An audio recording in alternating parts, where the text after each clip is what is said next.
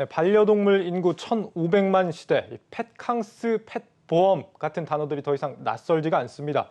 최근에는 심지어 이 바이오 헬스케어 기업들도 반려동물 시장에 앞다퉈 진출하고 있다고 하는데 이 소식 성장기업부 김선엽 기자가 전해드리겠습니다. 김 기자, 오늘 굉장히 좀 준비해본 분량이 많은 것 같은데 시간이 그렇게 많지 않기 때문에 간단히 본론으로 바로 들어가겠습니다.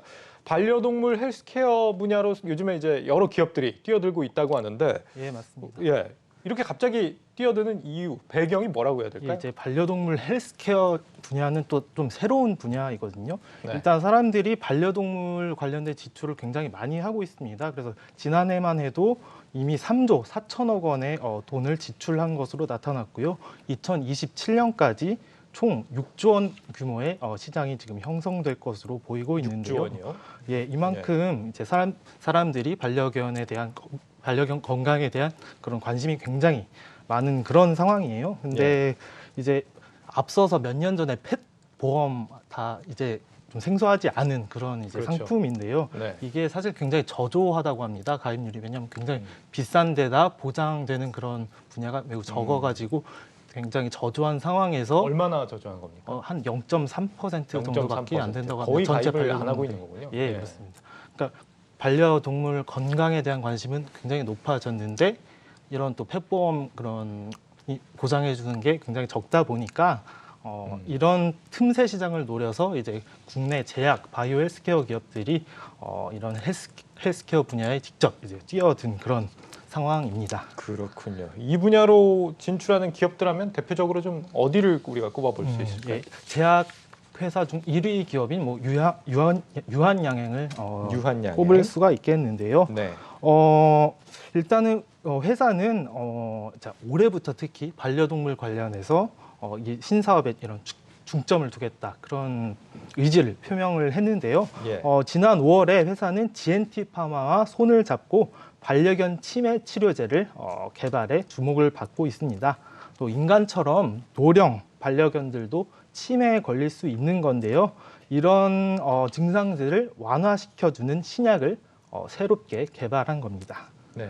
네, 그래서 반려동물 의약품 관련해서는 국내 회사들이 아직 진출하지 않은 그런 초기 단계이거든요. 그래서 이렇게 빠르게 시장을 선점해서 또 향후에 해외 시장으로 수출까지 하겠다는 게 유한양행의 구상입니다. 예. 관련해서 유한양행 김문섭 이사 인터뷰 준비됐다고 하는데 한번 들어볼까요? 예, 들어보시겠습니다.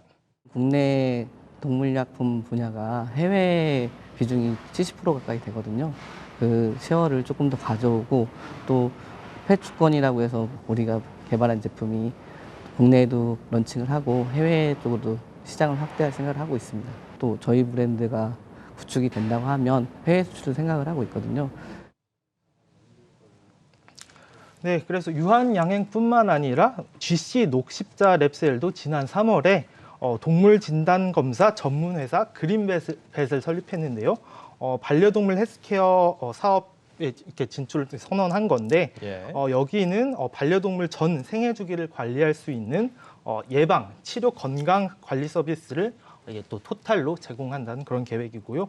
또 동국제약의 경우도 올해 주주총회에서 동물용 의약품 제조, 수입 및 판매업을 또 사업 목적에 새롭게 추가하는 그런 안건을 의결했습니다. 구체적으로는 아직 어떤 걸 하겠다 이런 건 정해지지 않았는데 이렇게 또 새롭게 신규로 반려동물 사업을 추가했다는데 주목할 필요가 있습니다. 예. 유한양행과 GC 녹십자 랩셀, 동국제약 같은 제약사들이 이 시장에 진출하고 있다라는 거고, 이 제약사 말고 진단 기업들도 이 반려동물 시장에 진출을 하고 있다고요? 예, 맞습니다. 코로나19로 국내 여러 체외 진단 기업들이 괄목할 만한 그런 성장을 했는데요.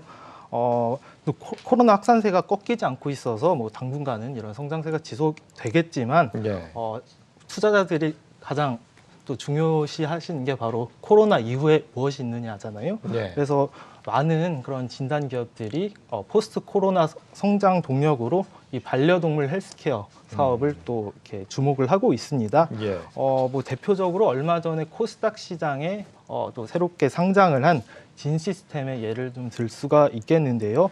뭐 진시스템은 분자 진단 플랫폼으로 주목을 받고 있는 기업인데요. 상장 당시 이미 회사는 포스트 코로나 시대 주력 파이프라인으로 반려동물 헬스케어, 반려동물 질병 진단 플랫폼을 강조했습니다. 네. 이와 관련해서요, 진 시스템의 서유진 대표 인터뷰 들어보시겠습니다. 반려동물 병원에서 우리가 꼭 보호자하고 반려동물이 같이 가서 바로 검사하고 그 검사 결과를 그 자리에서 알고 처방까지 받는 어떤 그런 플랫폼을 갖출 수가 있습니다. 그런 여러 가지 뭐 제품이라든가 사업 분야에서 저희 제품이 뭐 코로나 이후에도 더 영역을 넓혀갈 거라고 생각을 하고 있습니다.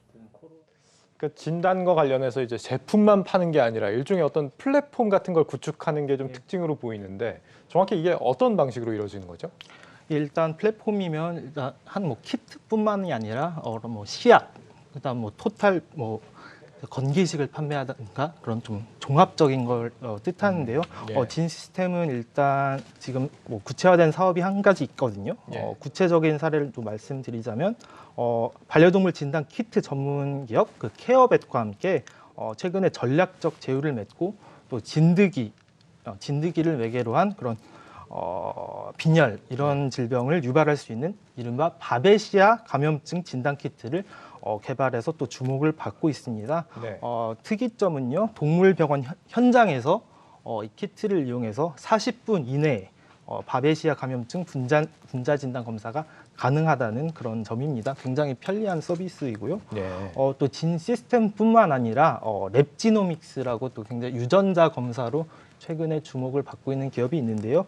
랩지노믹스도 얼마 전에 반려동물 헬스케어 전문 스타트업과 함께 유전자 검사 기반으로 한 반려동물 종양 진단 의약품 개발에 나선다는 그런 계획을 발표하기도 했습니다. 유전자 검사와 종양 진단이요. 굉장히 좀 고급 기술인 것 같은데 이런 걸 이제 반려동물한테도 예, 일단 유전자 검사를 통해서 인간도 어떻게 보면 내가 뭐 암에 걸릴 수 있는 확률이 몇 %인지 이런 게 이제 나오거든요. 예. 그걸 이제 반려동물에게도 이렇게 접목할 수 있다 이거거든요. 그렇군요. 예. 이게 그러니까 스타트업하고 이제 손을 잡았다. 어떤 사업을 구체적으로 한다는 거죠? 예, 이제 이 스타트업이 어떤 곳이냐면요, 바로 핏펫이라고 하는 스타트업입니다. 네. 반려동물 헬스케어 분야에서는 최근에 굉장히 각광을 받고 있는 그런 스타트업인데요. 이 스타트업이 어떤 사업을 좀 하느냐, 제가 좀 간략하게 소개를 해드리자면요. 일단은 여기도 역시 반려동물 헬스케어 관련해서는 정말 모든 걸 다 서비스한다 이렇게 좀 보시면 되겠는데요. 예. 토탈 플랫폼 그렇게 제가 토탈 좀 말씀을 드릴 수 있을 것 같은데요. 네. 일단 뭐 자체적으로 운영하는 그런 몰에서 사료나 그런 건강기능식품, 반려동물 관련 건기식을 판매하기도 하고요. 또 가까운 동물 찾기 서비스를 제공하기도 하고, 또 대표적으로 이곳에서 자체 개발한 소변 검사 키트가 있거든요. 그래서 반려견의 그런 소변을 받아서 그 키트로 바로 이제 스마트폰을 이용해서 촬영을 하면요, 바로 이제 그런 10가지 질병에 대한 그런 검사가 바로 확인이 가능하다고 합니다. 네. 그래서 굉장히 그런 반려 인구들 사이에서는 요즘 입소문이 나서 굉장히 좀 유명해지고 있는 회사라고 하는데요. 그렇군요. 예, 그래서 최근에 또 투자도 많이 받았다고 하는데 관련해서 또 핏펫의 고정욱 대표 인터뷰 함께 들어보시겠습니다. 기존에 없었던 바이오와 IT를 융합해서 혁신적인 상품을 만들어내면서 어떻게 보면 이 시장에서 이제 비효율들을 계속해서 개선해 나가는 것들이 노력이 좀 인정을 받았다고 생각을 하고 있고요. 저희가 시리즈 B 같은 경우는 230억 유치를 하였고 누적 펀딩 금액은 300억입니다. 네, 사실 뭐 외국은 우리보다 더 이제 반려동물에 훨씬 더 좀 친숙하고 예. 그런 부분이 더 많이 좀 발달이 돼 있다라는 생각이 드는데 이렇게 반려동물 관련해서 우리나라 같은 경우는 지금 플랫폼을 제공하는 이런 시도들을 하고 있단 말이죠. 이런 시도들이 지금 해외에서도 이루어지는 게 있습니까? 예, 해외도 당연히 우리나라보다 이제 반려 인구도 많고 또 문화도 많이 발달한 만큼 좀 이런 것들이 좀 있을 법한데 네. 제가 방금 설명드렸던 그런 핏뱃과 같은 그런 토탈 플랫폼 서비스는 아직까지는 해외에서도 좀 사례가 없는 것으로 제가 이렇게 취재한 결과 그렇게 그렇군요. 나타났거든요. 네. 그래서 더더욱 또 투자자들의 그런 주목을 받고 있기도 한 그런 상황입니다. 네. 알겠습니다. 그만큼 이 분야에서만큼은 우리 기업들이 오히려 좀 세계 시장을 선점할 수 있는 기회가 될 수도 있을 것 같습니다. 성장기업부 김선엽 기자였습니다. 잘 들었습니다. 감사합니다.